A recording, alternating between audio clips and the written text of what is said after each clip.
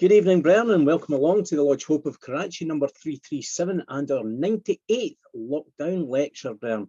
Who knew? Who would thought we would nearly get to 100? And it was lovely news I see this afternoon from our First Minister that she's reducing all the restrictions and normality can maybe get back to some sort of semblance of normal life from Monday.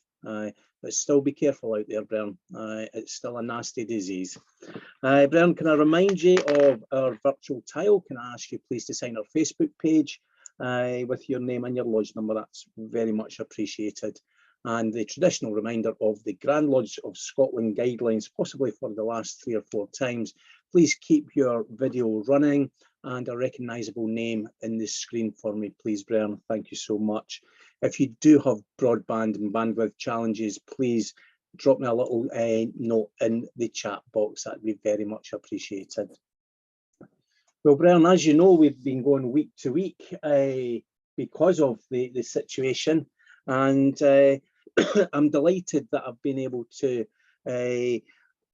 find a welcome Masonic Zoom talker over the last few years from the United States, Brother Carson Smith. He's a member of the Calvin W. Prather Lodge, number 717, a member of the Prather York Rite, Indianapolis Valley of the Scottish Rite, and a member of a few invitational bodies. He's acknowledged includes the Grand Masters Award with high distinction for Lodge, Distinguished Companion in the Chapter, Cryptic Mason of the Year in the Council, Distinguished Service Award in the Commandery, Knight of the York Cross of Honour, and Knight Commander of the Temple, Knight Templar Cross of Honour, the Holy Royal Arch Templar Priest, and a Meritorious Service Award, Ancient Accepted Scottish Rite, non-Masonic jurisdiction. And he's got a host of various topics there that I could have asked him to come along here and speak to us about. But the one that really piqued my interest was to find out what an American's view would be on the connection with Freemasonry and Rosslyn Chapel. Many of us are quite local to Rosslyn Chapel, and I've had the opportunity to visit. So it'll be really interesting to see one of our Brian from across the pond and his views. With that, Brother Carson Smith, I give to you the virtual floor, sir.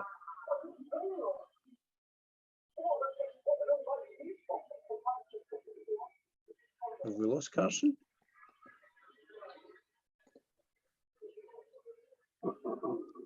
Very good. Can you hear me? Yes, we can hear you, Carson. Very good. You should be able to share your screen. So, if we've done this correctly, at this moment you should see my business card, which serves as my test pattern. Can you see it? No, not as yet. Okay. Let's go back.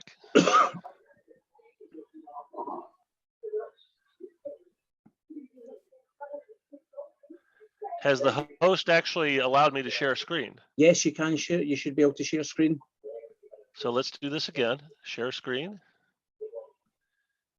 And at this point, you should see a charge. That's it coming up now, Carson. Yeah. Very good. We've got the Knights back. Very good. So if I can get down here and get to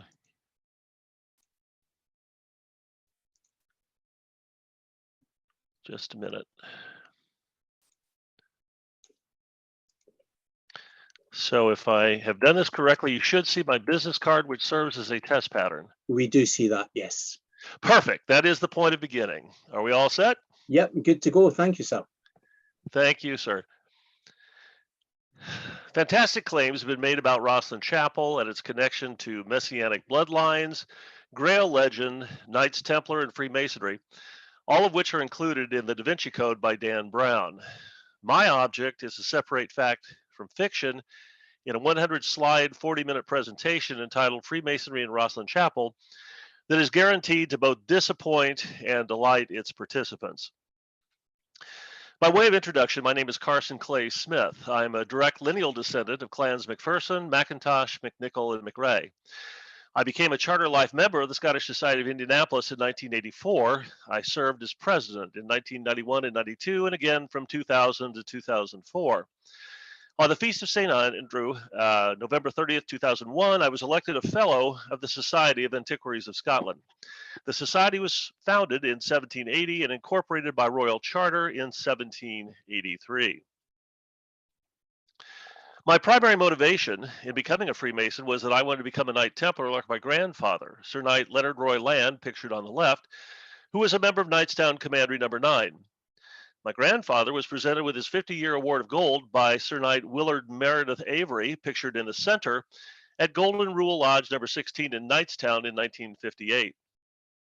Sir Knight Avery, who was a past commander of Knightstown Commandery No. 9, had already served as the 95th Grand Commander of the Grand Commandery of Indiana in 1956 and 57, and went on to become 45th Grand Master of the Grand Encampment from 1976 to 1979. I submitted my petition for the degrees of Freemasonry to Calvin W. Prather Lodge number 717 at Haverstick Road in March of 2004. And from April through November, I was initiated, passed, raised, exalted, greeted, and knighted at Calvin W. Prather Lodge number 717, Prather Chapter number 157, Prather Council number 100, and Trinity Commandery number 62. The property on Haverstick Road was sold to a commercial real estate developer in 2006, and the building was leveled. Calvin W. Prather and the Prather Yorkright bodies moved into the building acquired from Mystic Circle Lodge number 685 on East 56th Street, and Trinity Commandery was rechartered as Prather Commandery number 62. In 2008, I became a founding member of Levant Preceptory, a degree team that confers the Order of the Temple in period Templar dress, operating in conformance to Section 260 of the Constitution of the Grand Encampment, and using as its official uniform ceremonial robes conforming to and consistent with the historical traditions and practices of Templary. In 2015, I was appointed to serve as the Grand Master's aide and banner bearer for the 67th Knights Templar Triennium. And in 2018, I was appointed to serve on the Grand Encampment Membership Committee for the 68th Knights Templar Triennium. Having top-lined the petitions of 170 new Sir Knights since my own knighting in November of 2004, I was given the opportunity to collaborate with Sir Knight John Bridegroom of the Master's Craft, who is also a member of Levant Preceptory, to create the Grand Encampment Membership Brochure with a panel that serves as a Yorkright petition. My subject is Freemasonry and Rosslyn Chapel. What is Freemasonry? Freemasonry is a beautiful system of morality, veiled in allegory, and illustrated by signs and symbols. What distinguishes Freemasonry from the Moose, the Eagles, the Elks, the Lion, the Rotary, Kiwanis, and the Greek letter societies is that Freemasonry employs the tools of the operative stonemason for the purposes of moral instruction. We meet upon the level. We square our actions by the square of virtue. We use the compass to circumscribe our actions and keep our passions within due bounds. This engraving was created for the Grand Master of the Grand Lodge of Scotland and includes 3 additional working tools unknown in the US. In the upper right, a skirt or chalk line for laying out the foundation of a building. In the left center, a pencil for drawing out our plans. In the lower left, a setting maul for setting perfect stones. In imitation of the ancient operative stonemasons guilds, Freemasons confer 3 degrees: entered apprentice, fellowcraft, and master mason. The principal allegory of the Master Mason degree is the building of King Solomon's Temple. The 3 principal characters in the Master Mason degree are Solomon, King of Israel, pictured in the center, Hiram, King of Tyre, pictured on the left, and Hiram Abiff, the widow's son, pictured on the right, who was sent by Hiram, King of Tyre, to assist with the building of King Solomon's Temple. All 3 are mentioned by name in the Old Testament in 2 Samuel and 1 Kings. Freemasonry has had a profound influence from the founding of the United States of America. The philosophical preamble of the Declaration of Independence is entirely consistent with Masonic principles, despite the fact that its author, Thomas Jefferson, was not a Freemason. George Washington, from the colony of Virginia, was a Freemason. In 1788, he was elected to serve as the first master of the lodge in Alexandria, Virginia. Benjamin Franklin, from the colony of Pennsylvania was a Freemason. In 1735, he was elected Grand Master of the Grand Lodge of Pennsylvania. Paul Revere, from the colony of Massachusetts, was a Freemason. He was also a silversmith and engraver, and this photo displays examples of his handiwork. On the right center is what we recognize in the state of Indiana as the Past Master's Jewel. It is, in fact, the Scottish Past Master's Jewel, which is a square, compass, and quadrant. The English Past Master's Jewel is a square from which is suspended the 47th problem of Euclid.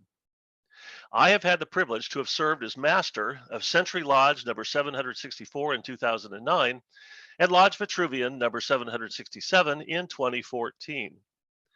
Because I have most recently served as master of Lodge Vitruvian, which fancies itself as a European concept lodge, I wear an English Past Master's Jewel. 15 U.S. presidents have been Masons. 14 have been Master Masons. The difference being that Lyndon Baines Johnson did not advance beyond the entered apprentice degree. Gerald R. Ford, who left office 44 years ago in 1977, was our last Masonic president. American Freemasonry reached its highest numbers during the 1950s, when Grand Masters from across the United States were featured on the cover of the October 8, 1956 issue of Life magazine. This same issue of Life magazine included what remains my favorite representation of the degrees, orders, and allied organizations of American Freemasonry. Indiana has always had a strong Masonic presence. By way of comparison, California is our most populous state with over 39 million inhabitants. Indiana is our 17th most populous state with 6 million inhabitants. Indiana has more Freemasons than California. The Grand Lodge of Indiana celebrated its bicentennial in 2018. The Grand Master's lapel pin incorporated the official arms of the Grand Lodge of Indiana, which I will explain in greater detail.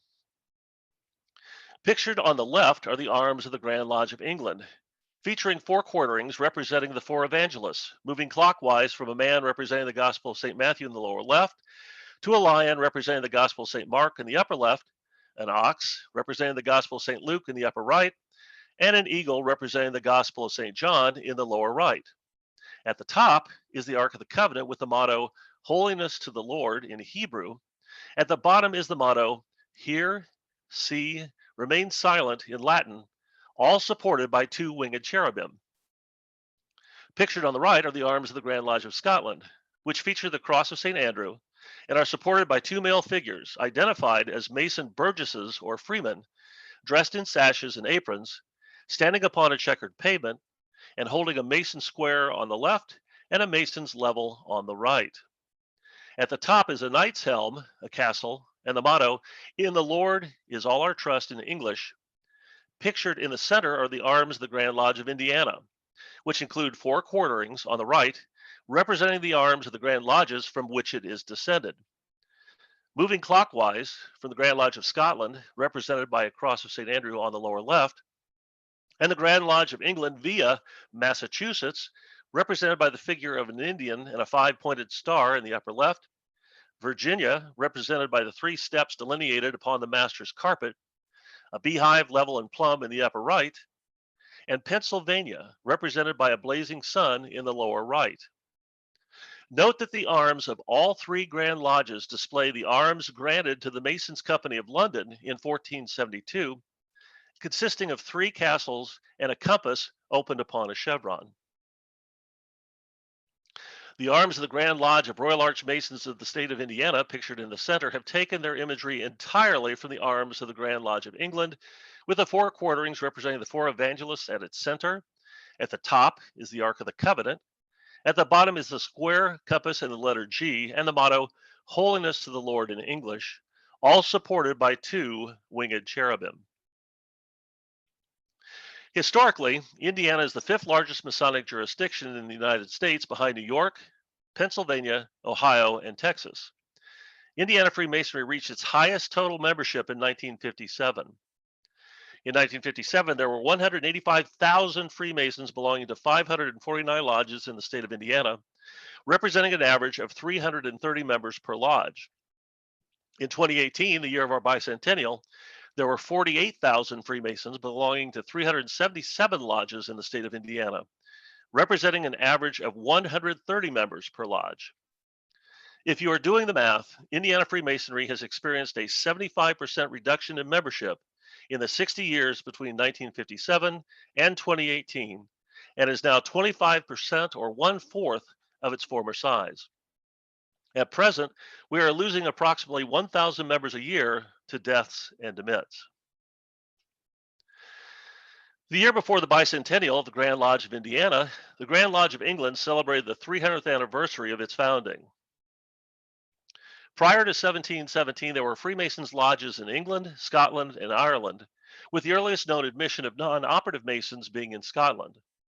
4 lodges came together at the Goose and Gridiron Ale House in London to form the Grand Lodge of London and Southern England on the Feast of St. John the Baptist on June the 24th, 1717. The Goose and Gridiron was a parody of a musicians' guild called the Swan and Harp that met in the ale house.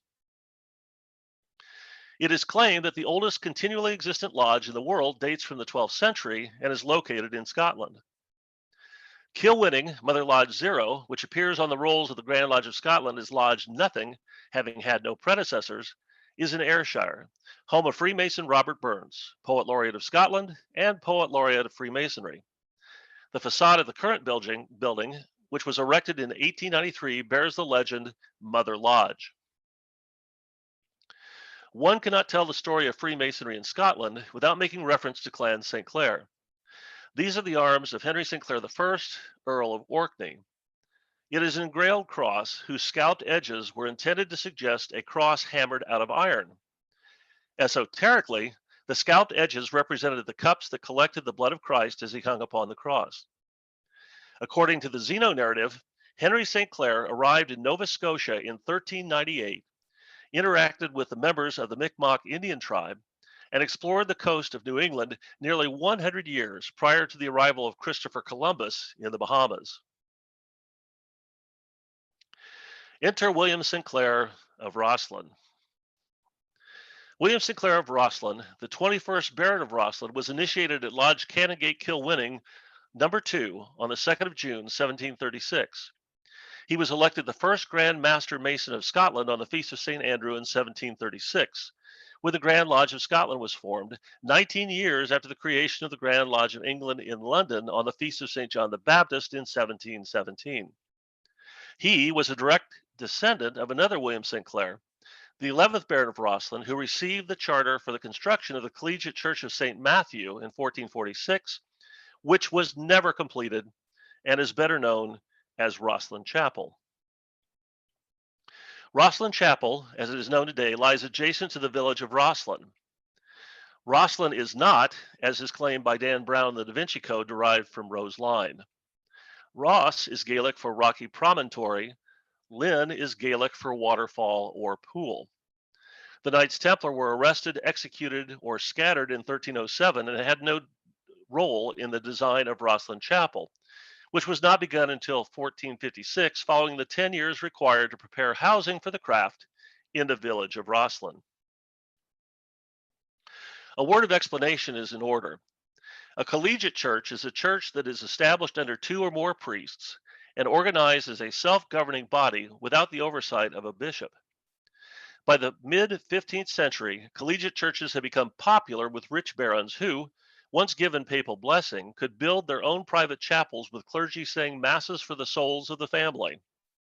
Sometimes collegiate churches were added to existing parish churches, or as was the case with the Sinclairs of Rosslyn, a rich landowner might build his own chapel, not just as a place for the constant singing of prayers, but as a demonstration of their wealth and position in society.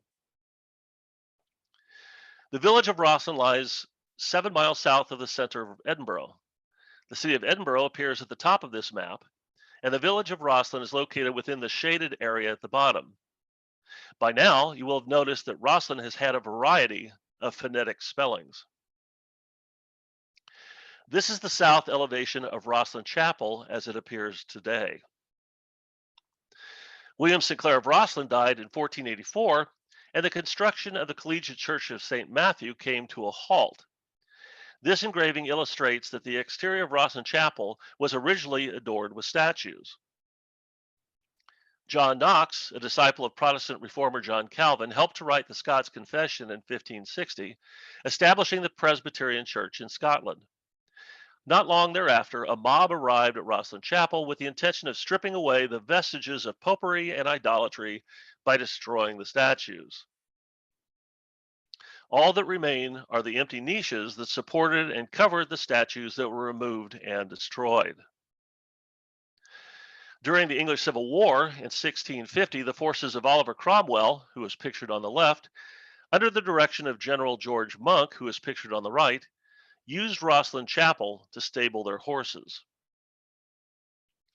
Fast forward to 1842 and the arrival of 23-year-old Queen Victoria, who adored Rosslyn Chapel and felt that it must be preserved. Originally chartered as a Roman Catholic church in 1446, the Episcopal Bishop of Edinburgh rededicated Rosslyn Chapel in 1862. Thereafter, Rosslyn Chapel became a must-see attraction for tourists on the way to Edinburgh. In 1982, authors Michael Bagent, Richard Lee, and Henry Lincoln published Holy Blood, Holy Grail, The Secret History of Christ, The Shocking Legacy of the Grail. The authors claimed that Jesus of Nazareth had taken Mary Magdalene as his wife and that they had produced children. Needless to say, this book created quite a stir, and it was actually banned in several Roman Catholic countries. This theme was picked up by Margaret Starbird in her book, The Woman with the Alabaster Jar, Mary Magdalene and the Holy Grail, which was published in 1993. In 1996, Christopher Knight and Robert Lomas published The Hiram Key, Pharaohs, Freemasons, and the Discovery of the Secret Scrolls of Jesus, tying them to Rosslyn Chapel. This was the first Masonic book, and I am using gigantic air quotes. This was the first Masonic book I ever read. 3 years later, in 1999, Tim Wallace Murphy and Marilyn Hopkins published Rosslyn, Guardian of the Secrets of the Holy Grail.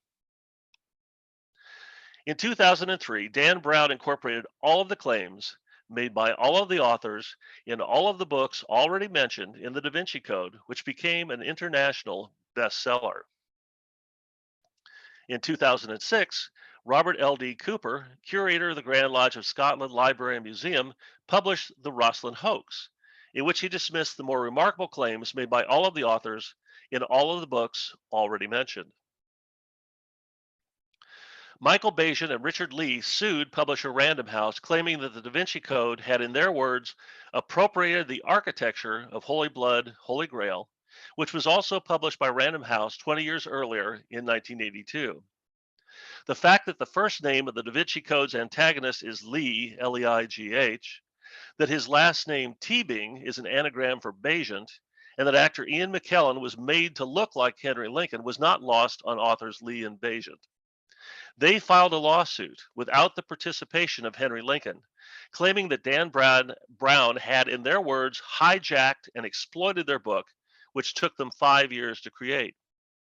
Following a 3-week trial in London, Justice Peter Smith ruled their claim of copyright infringement had failed and was dismissed on the 7th of April 2006.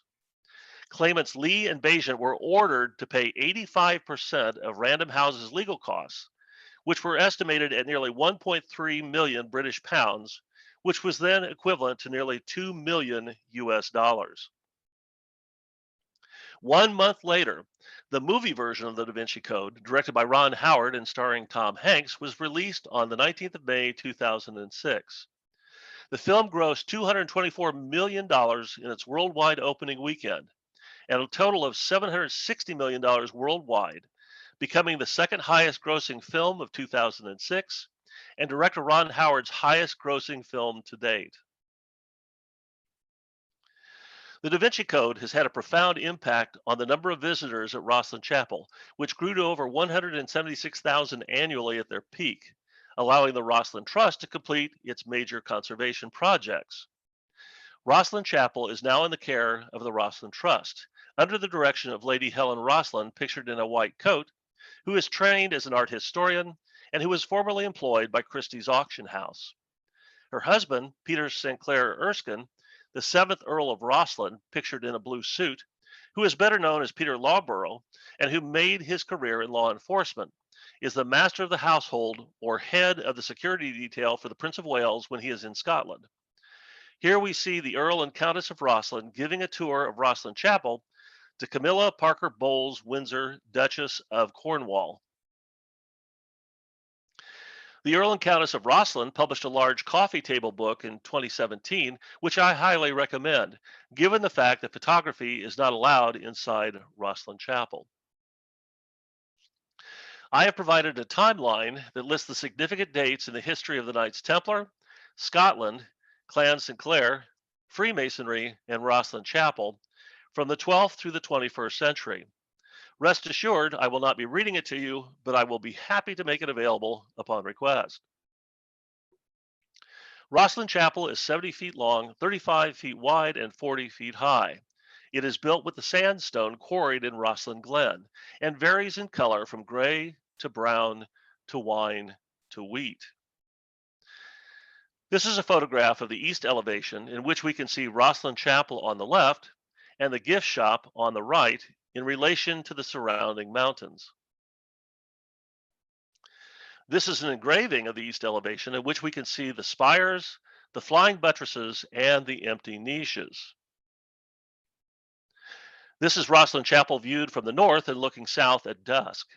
From this vantage point, we were able to see the stained glass windows illuminated from the inside. Here we are able to view Rosslyn Chapel from under the shadow of a tree in the northwest.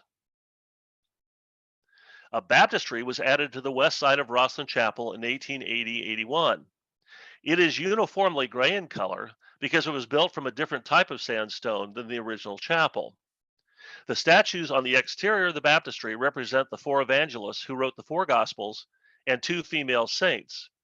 They are, from left to right or north to south, St. John, St. Anna, St. Luke, St. Mark, St. Agnes, and St. Matthew. The Baptistery Window, which is flanked by statues of St. Luke with the head of an ox on the left and St. Mark with the head of a lion on the right, features the engraved cross and the fleur de lis. The engraved cross remains the principal insignia of Clan Sinclair. This is the interior of Rosslyn Chapel viewed from the altar in the east and looking toward the baptistry in the west. The baptismal font is clearly visible beyond the screen and behind the curtain at the end of the center aisle. The loft above the baptistry houses a pipe organ. The south door is on the left. The north door is on the right. This is the interior of Rosslyn Chapel viewed from the west and looking toward the altar in the east. A statue of the Virgin Mary and the infant Jesus have been added to the niche over the center pillar, above the altar at the entrance to the Mary's Chapel in the east. Today, the interior of Rosslyn Chapel is illuminated by sunlight, candlelight, and electric light. This is the south elevation of Rosslyn Chapel, captured using laser imagery.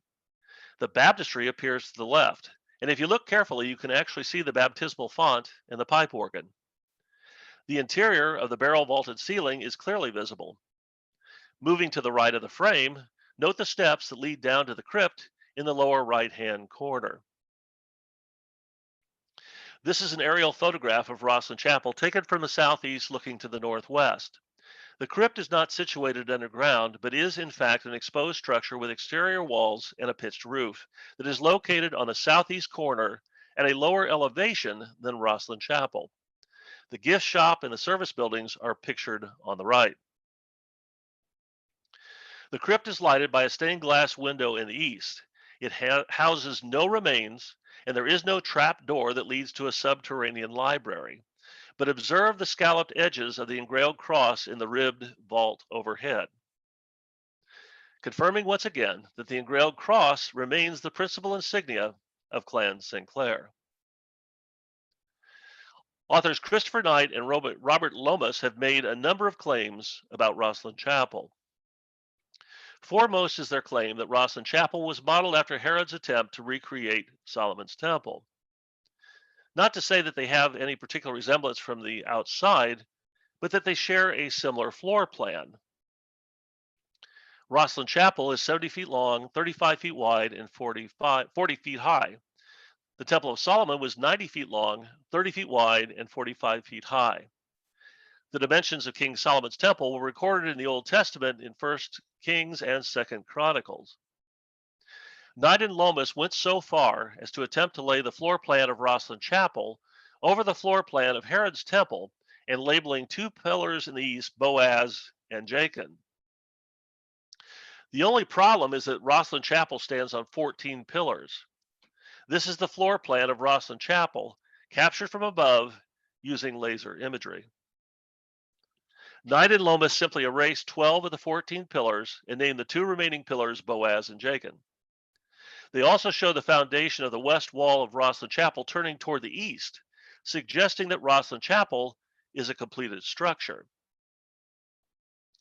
In point of fact, the baptistry was added to what was intended as the east interior wall of the transept, which would have continued west had construction not been halted in 1484.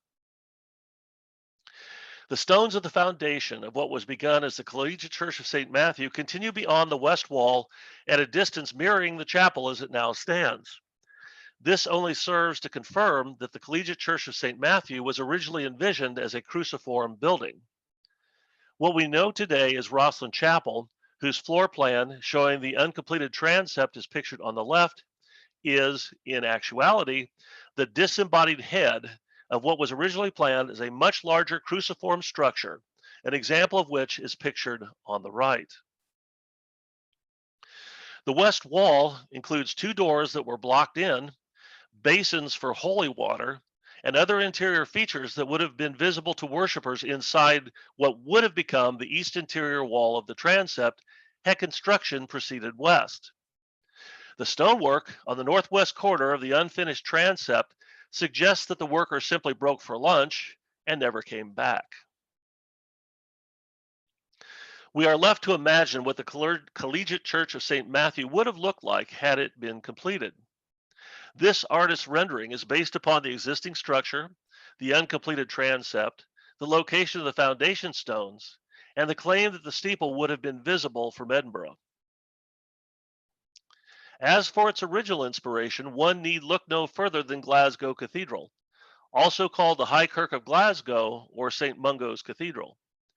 Completed in 1137, it is the oldest cathedral on mainland Scotland, the oldest building in Glasgow, and it is located just one day's ride on horseback from the village of Rosslyn. The similarities are especially evident in the interior of Glasgow Cathedral. Note that the altar is situated between two arches and supported by a central pillar.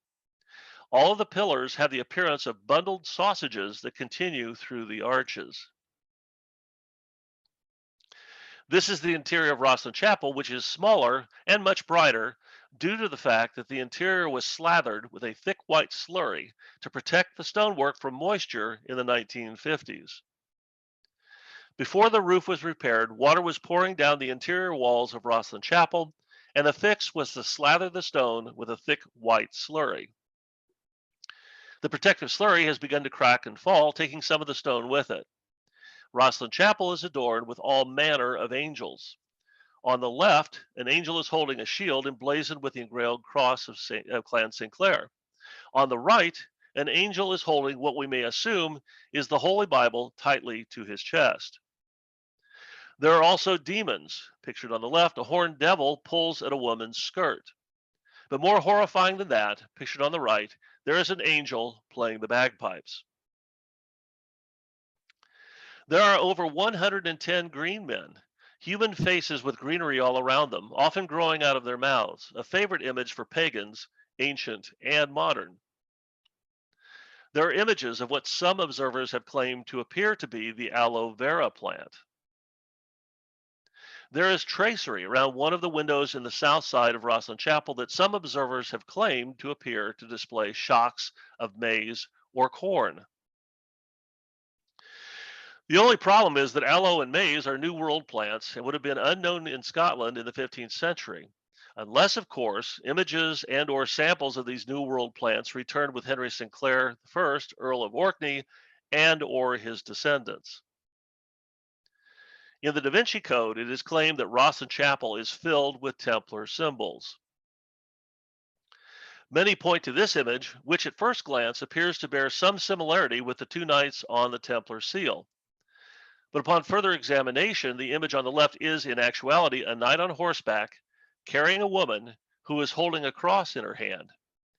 It was William Sinclair of Rosslyn, known as William the Seemly, who in 1068 brought Princess Margaret, who carried a crucifix made from a piece of the true cross, from exile in Poland to Scotland, where she married Malcolm III. There is an engraved stone at Rosslyn Chapel that has been set upon another stone that reads William de St. Clair, Knight Templar. The problem is it does not tell us which William Sinclair. As has already been demonstrated, William Sinclair is by far and away the most popular name in the Sinclair family. Until very recently, the grounds of Rosslyn Chapel were patrolled by William the Cat. So what is left of the claims that are made for Rosslyn Chapel? Allow me to direct your attention to the door at the center of this photo. Now, focus upon the window to the left of the south door. There is a detail that appears on the lower left corner of the window that is on the left of the south door. Two men kneeling between two pillars. One is old, one is young. One is bearded, one is not. The figure on the right is blindfolded. There is a noose, dare I say it, a cable tow around his neck. He is supporting what we may assume is the Holy Bible with his left hand. He is holding his right arm in an angle of 90 degrees. He is clearly under the control of the bearded figure on his right, who is wearing a cassock emblazoned with a Latin cross, and he is holding the end of the cable tow in his right hand. It has been suggested that this is in fact the image of a heretic being led to his execution.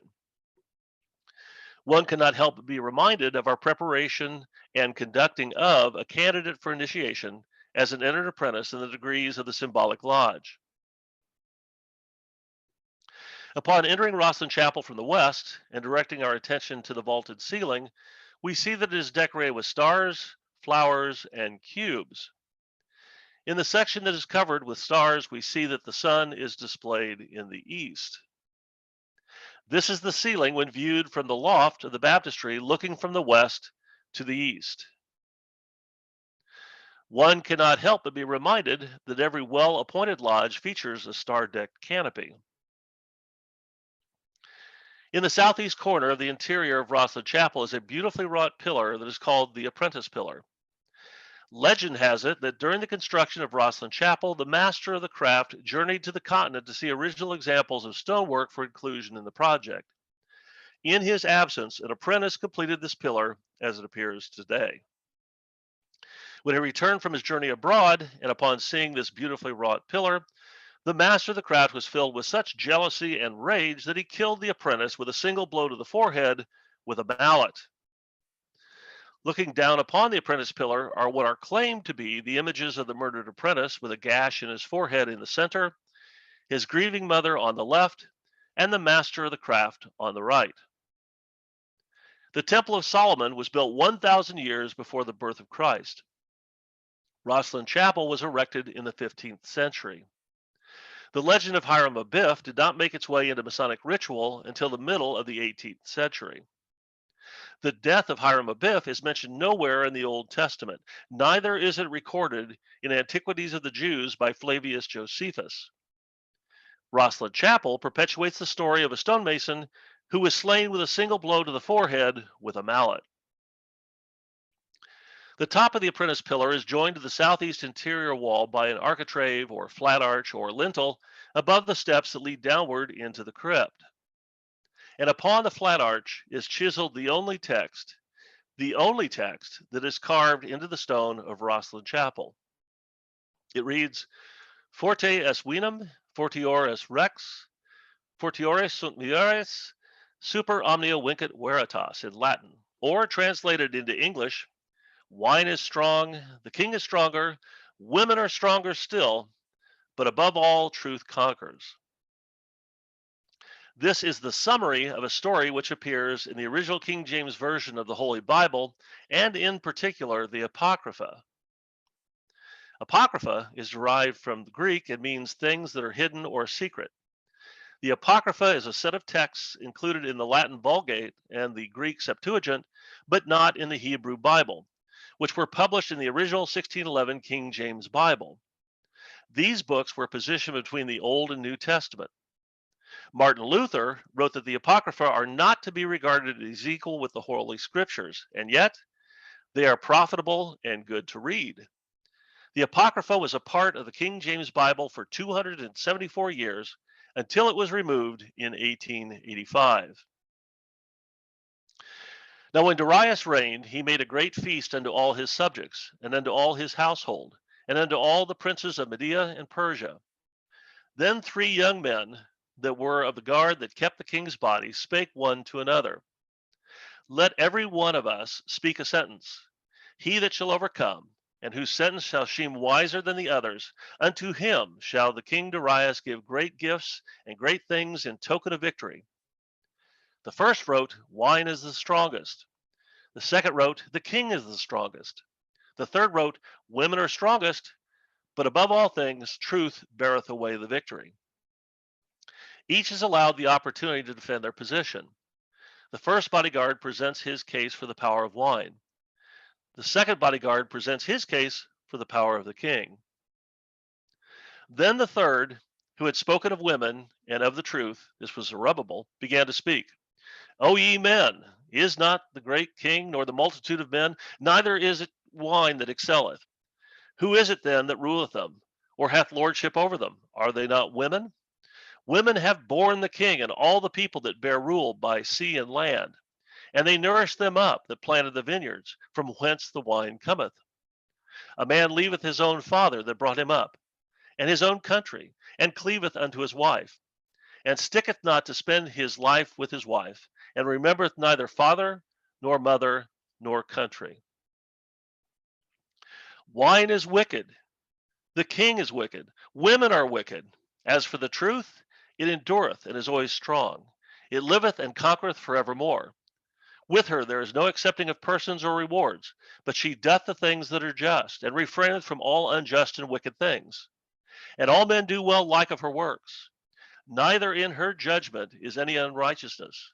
And she is the strength, kingdom, power, and majesty of all ages. Blessed be the God of truth. And with that he held his peace. And all the people then shouted and said, Great is truth, and mighty above all things. After making his case for the power of women, Zerubbabel extols the power of truth, which he first references by saying, As for the truth, it endureth and is always strong, it liveth and conquereth forevermore. But in the following sentences, truth is transformed from an it to a she worthy of our admiration. This story is illustrated by 17th century artist Nicholas Neuffer. Darius, king of Persia, is seated upon his elevated throne. He is surrounded by his 3 bodyguards. The one on the left, the king's right, is leaning on the podium with his head in his hand. On the right, the second guard, who, like the first, has completed his defense of his position. Zerubbabel, center right, has set aside his spear, because one does not address authority while armed, kneels, and after making the case for the power of women, transitions to the power of truth. Above his head, we see an actual thought cloud that has arrested the attention of the king. Truth is pictured as a desirable woman.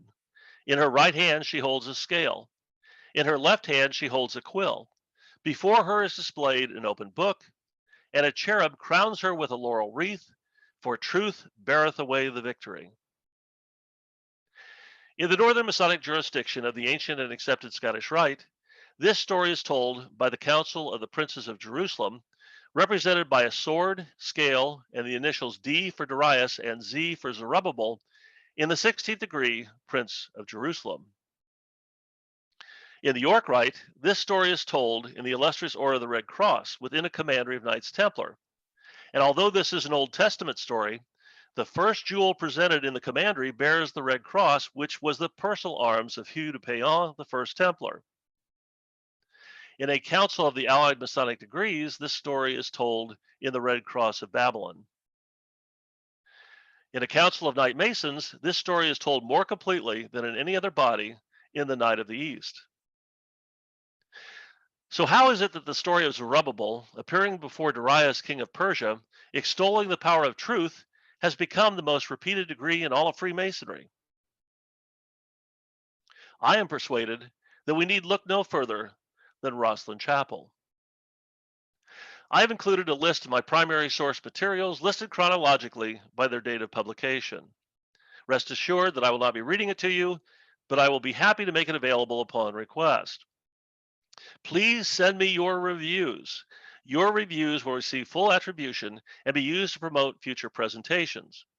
My email address is carson.c.smith@gmail.com. I am on Facebook at carson.c.smith. All of my websites and social media are linked to my Facebook profile. I welcome your friendship, and I am happy to answer your questions. This concludes my presentation of Freemasonry and Rosslyn Chapel.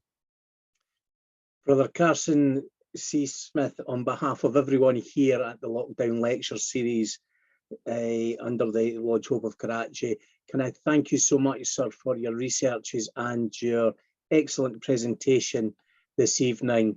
And for me, it certainly was a very interesting insight into not only Freemasonry in the US and Indiana, your home state, but your interpretation of where Rosslyn Chapel does or doesn't fit into the wider story.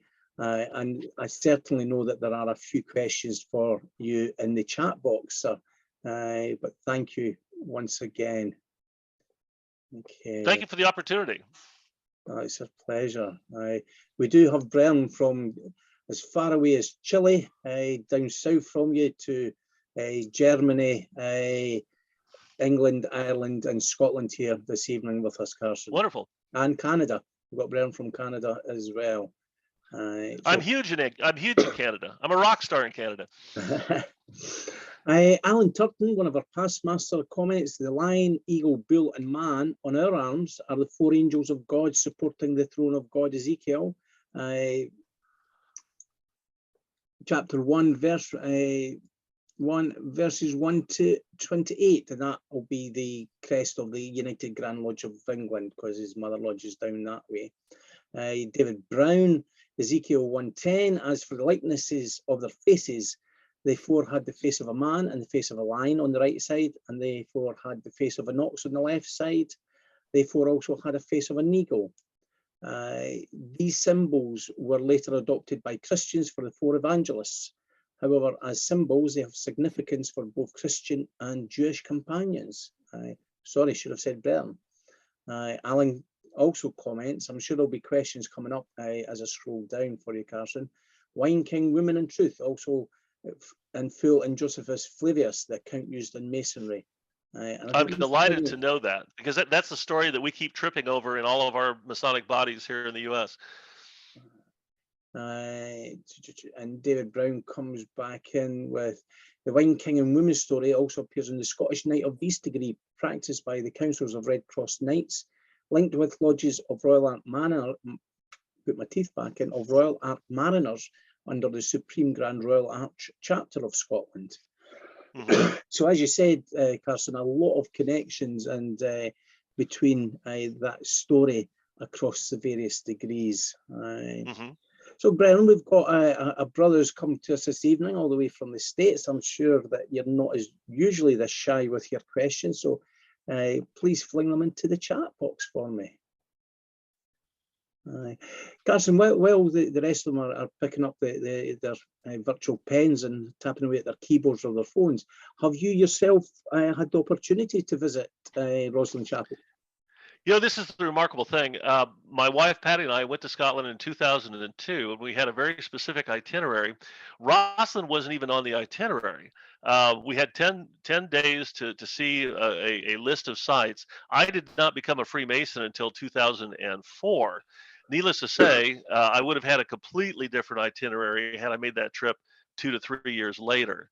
But I have had the opportunity to send friends of mine who say, "Oh, I'm going to Rosslyn. Do you have any pictures you want me to take?" And I'll tell them exactly where to go and what pictures to take. The detail that is a source of great interest to me is the figure, the two figures between the two pillars on the south side of Rosslyn, next to the door. Um, we tell our lodges how they're to prepare our candidates for initiation. We don't tell them why. And we have a generation of new Masons who are not satisfied to simply repeat the ritual by rote. They want to know, why do we do this?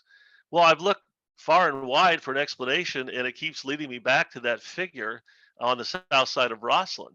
Now, I think it's interesting that many people have posited the theory that that's actually a heretic being led to his execution. But the theme of death and rebirth is central to Freemasonry. So it seems like it belongs there.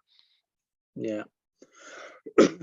Here's an interesting little tidbit for you, Carson. One of our regulars here every week, Brother Alistair Marshall, or more commonly known to us all, Slider, for his exploits on his motorbike as a widow's son. He is the Grand Representative from the Grand Lodge of Indiana near the Grand Lodge of Scotland. So I didn't know that, Slider. So there you go. Aubrey, our man in Chile, he would very much have liked to have seen your face when presenting. No, you don't want that. I've spent the last 2 years looking at people's noses around the world, so I prefer to post a much nicer photo of myself kneeling in an altar, receiving an obligation in one of the degrees of the Allied Masonic degrees. We've forgotten how to behave because of the pandemic, so a photo will have to suffice. But thank you for offering that. Thank you. Cheers, Aubrey. Nanik Bido comments, Wine King and Women story also appears in the Royal Order of Scotland ritual.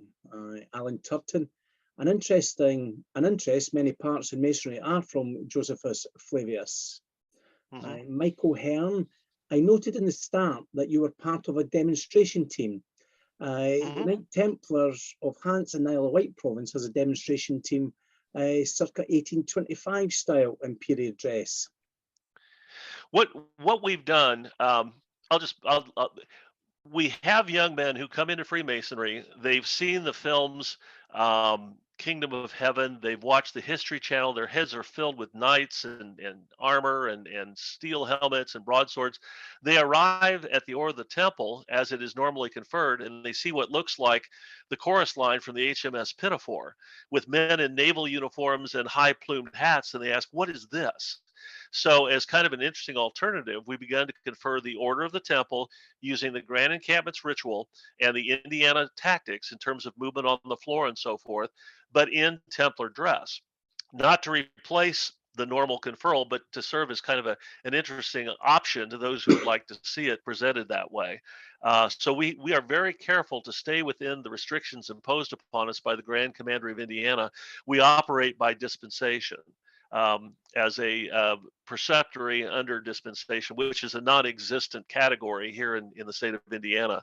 But we are very keen on the fact that we have to continue to observe both the ritual and tactics that are normally used in a Knight Templar asylum. And I think that's one of the major differences between Knight Templar Freemasonry in the US and over here in Scotland is the dress, because you do have your frock coat and your fancy hat with feather plumage, which is one of the major differences.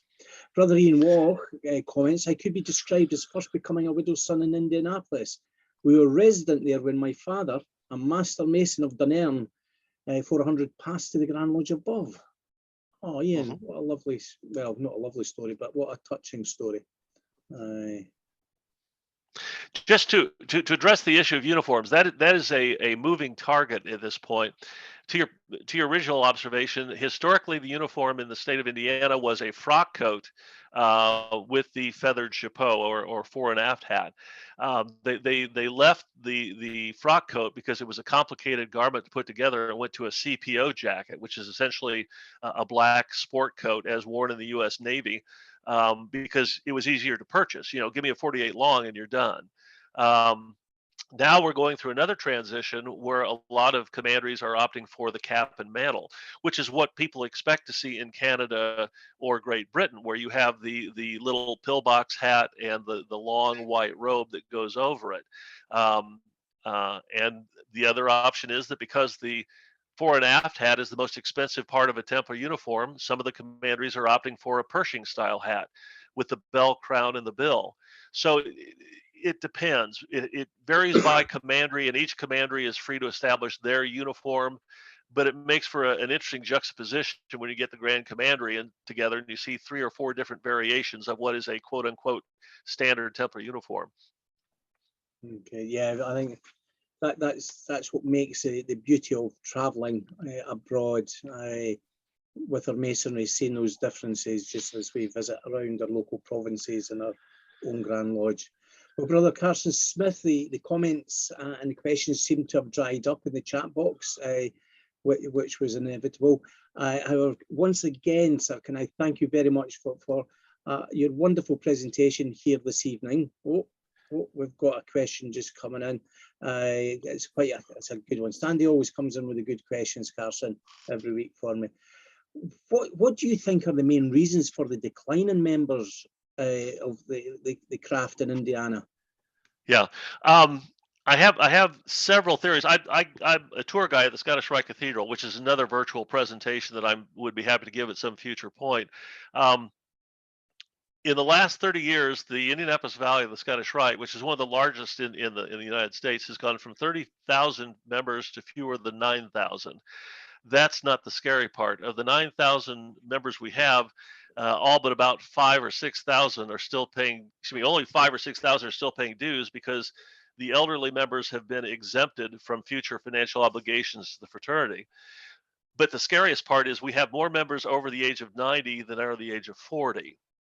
So when the question is asked, what happened? I think there are a number of factors. Historically, in the 1960s, 70s, and 80s, some of our elders took the idea that a man has to ask to join a little too seriously. And a lot of us, for example, my father and grandfathers were Freemasons, but they never mentioned it. Now, I know growing up in my father's house, there were 2 great truths. By God, you're going to Indiana University. And when you get there, you're going to be a Sigma Chi. He was not shy about advocating for those 2 things. But Masonry was kind of held back as something that you had to seek on your own.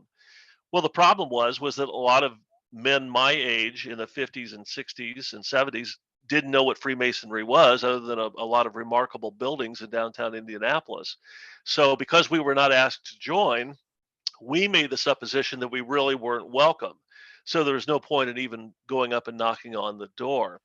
Add to that the economic shift that's taken place, not just in the state of Indiana, but throughout the industrial Midwest. We have lost a lot of our primary employers in our middle to larger cities in the state of Indiana. A lot of them were involved in the automotive industry. When I was a small child in the 50s and 60s, a man could graduate from high school, walk down the street and get a job at the automotive plant where his father had worked for 30 years and make a very good living, purchase a house, raise 3 children, and his wife didn't have to work.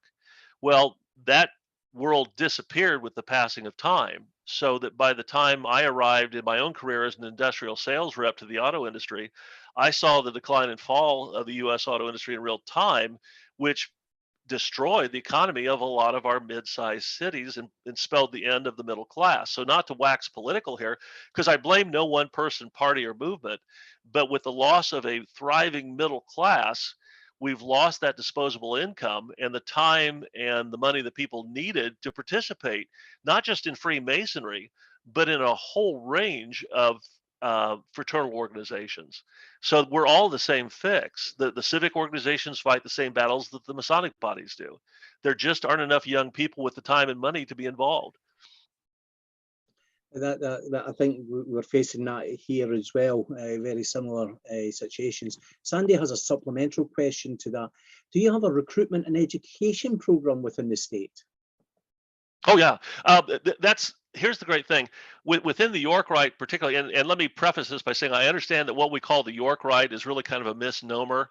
It's actually the American Rite because it doesn't really have an equivalent anywhere else. We borrow heavily from Scotland, and we refer to that in some of our lectures, but the York Rite is very much engaged in trying to produce interesting printed materials, presentation. I have a thing I call the 3-minute drill. You have to have a good elevator speech if you're going to be involved in sales. So I have this quick promotional presentation where I basically pick up at the Master Mason degree, making the point that no one stops reading a good book after 2.5 chapters. And that really piques their interest. Because I don't think the average Mason understands what Thomas Dunkerley did to the Master Mason degree. He took part of it to create the Royal Arch degree. And that is a great hook for pulling people forward into the York Rite. But no, we take promotion very seriously. In fact, we have a new phenomenon in Indiana Freemasonry called an invitation to petition. Because our forebears did such a good job keeping the secret, a lot of people are not aware of who we are or what we do. So if you identify a good, moral, upstanding member of the community that would be a great prospective Mason, you now have the option to invite to participate. Or to, excuse me, more correctly, invite to petition. So yeah, we figured out that through social media and other outlets, we have to go out and find these young men because a lot of them come to us completely unchurched. So in many cases, we're restoring to them a religious heritage that they didn't know about. Okay, thank you. I think that's something that's close to the minds of many of our leaders over here as well, how we encourage that next generation. So your insight from Indiana is very much welcomed. A couple of just quick comments have come in. Alan Turton again, Josephus Flavius would have been available in English when the Bible wasn't and included the Apocrypha. Slider, anyone going to Rosslyn, get on an official tour, much to be shown. And our Laird from the Borders has contacts who do a Masonic tour. So if anybody wants that pseudo Masonic tour, get in touch with the Laird. I have to tell you that the current Baron of Rosslyn could not have married better. Lady Rosslyn is a wonderful spokesperson for the Rosslyn Trust. If you go to YouTube, there are some wonderful video presentations featuring Lady Rosslyn, who is not only giving tours, but she's also doing some deep dives into the archives to find out the documentation as to the actual creation of the chapel itself. So again, my hat's off to Lady Rosslyn because you couldn't choose a better spokesperson. Okay, thank you. And Colin Clark reminds us that the presentation that we had from Rabbi Jan McCanny last week in Lebanon couldn't give a better blueprint for the renaissance of Freemasonry. Yeah, I couldn't agree more with you, Colin. With that, then, once again, can I thank Brother Carson Clay Smith for coming along this evening to the Lockdown Lecture Series and being our 98th guest speaker. Brian, I will stop Carson's screen sharing and invite you all to unmute and say your, well, before I do that, I'll give you the information. So I was getting ahead of myself there, Brian. Next week, we have another brother coming from the States to speak to us about Freemasonry and the development and the role of the freedom fighters in colonial era South America. So that will be the likes of Simon Bolivar and folk like that, I would imagine. So another interesting one for you next Tuesday, same place, 7 p.m. on your Zoom. And we'll probably just have another 2 after that and finish with our Burns Supper as our 101st Zoom meeting, Bern, because Nicola says we can go back to normal, which is great news. So Bern, on that, please feel free to unmute and say your thank yous and congratulations to our guest this evening, all the way from the Grand Lodge of Indiana, Brother Carson Smith. Thank you, Bern. Thank you very much indeed. Excellent, excellent talk, Carson. Excellent talk. Thanks, Carson. Thank you really so very much. Really enjoyed that. Superb stuff. Thank you so much. Thanks very much, Carson. Excellent. Well done. Carson, very enjoyable. Really enjoyed it. Thank you. Excellent talk. Really enjoyed it. Thank you. Thank you, Carson. Really appreciate that. That was fantastic. Look for me on Facebook. I'm easy to find. Carson.c.smith. Thanks very much for that, Brother Carson. Very interesting. Thank you. Take care, everybody. Bye now. Thank Bye. you. Stay safe. Thank you, Carson. Thank you, Carson. Do we find your face on Facebook? Yep, absolutely. It's staged. Carson's a member of the Lodge Hope of Karachi pages as well, Brian, so you can find them through that.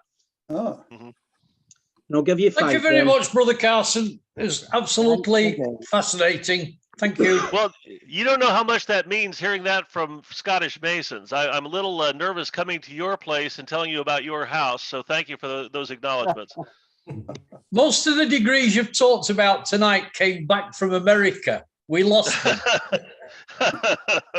Understood. And 4, Brian. thank you, Carson. Thank you. Well done, Carson. Thank you very much. Excellent Oh my. lecture. Yes, Stop, thank you, please, Carson. stop. Thoroughly enjoyed Thank that you. lecture. Well done. Thank you. Thank you so much, brother. I appreciate that. Excellent presentation, Thanks for Carson. letting me in and later on, very Gordon. We'll interesting. speak to you later. Good night. Good to see you, Brother Reeves. All right, slide up. And 2, All Brian. right, Jim. Brother Carson, thanks, Gordon. Appreciate that very much too. Thanks, Gordon. Really appreciate it. Cheers, Alec. Well, nice to see you back at work, Nobby. I don't know where you've been loafing somewhere. I'm not back at work. I was here last week. Were you? And 1, Brian. Thanks, Carson. Thank you very much. Yeah. And Thank with you. that, Carson. Good to see you, Big Forbes. Lovely Good to see night, you. everybody. Not. Goodbye. And with that, once again, Brother Carson Clay Smith, thank you very much on behalf of the lockdown lecturers here at the Lodge Hope of Karachi. It's been a great pleasure welcoming you along this evening. Thank you, Gordon. sir.